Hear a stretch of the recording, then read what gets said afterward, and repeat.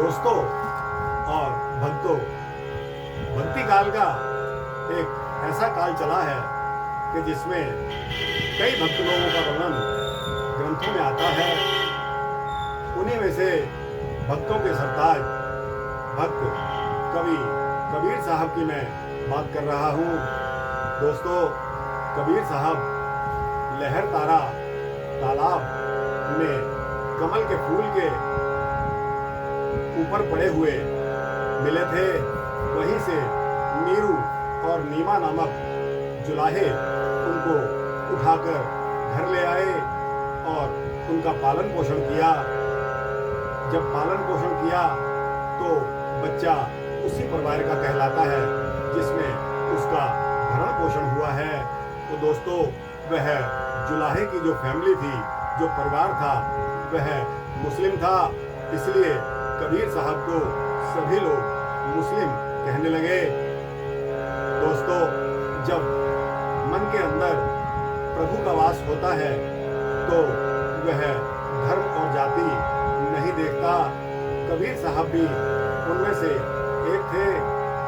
कबीर साहब का ध्यान हमेशा परमपिता परमात्मा की तरफ रहता था।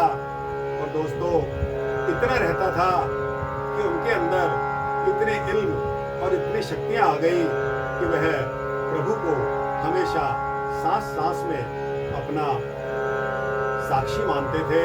कोई भी कार्य करते थे तो उस प्रभु पिता परमात्मा की मर्जी के बगैर नहीं करते थे।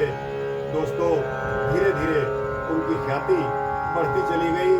और दोस्तों, आपको मालूम है कि वो बनारस के वाराणसी जिसको कहते हैं, वहाँ के बाशिंदे थे। धीरे धीरे उनकी जो प्रसिद्धि थी, उनकी जो ख्याति थी, वह बढ़ती चली गई।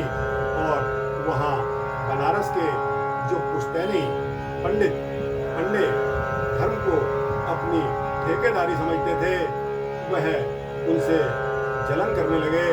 दोस्तों, इस जलन के चलते कई बार पंडितों को कबीर साहब से मुंह की खानी पड़ी, जिसके अलग अलग वृत्तांत हमारे ग्रंथों में मौजूद हैं।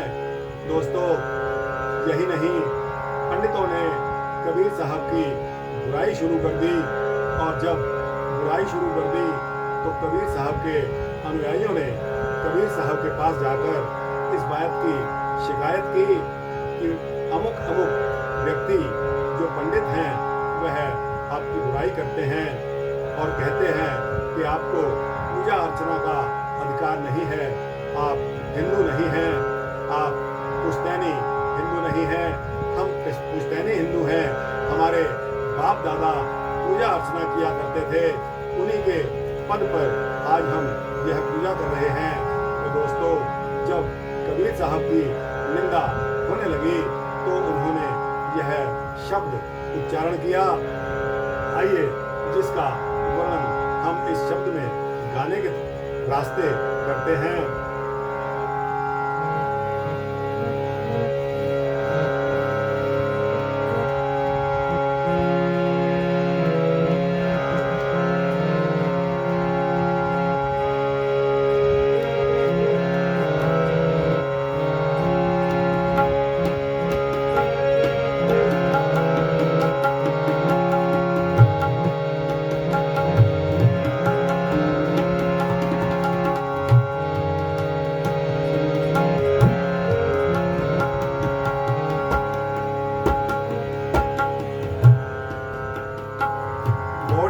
कबीर साहब जो गुरु ग्रंथ साहब में अंग नंबर 339 यानी कि 339 पर निहित है। दोस्तों, भजन कुछ इस प्रकार है।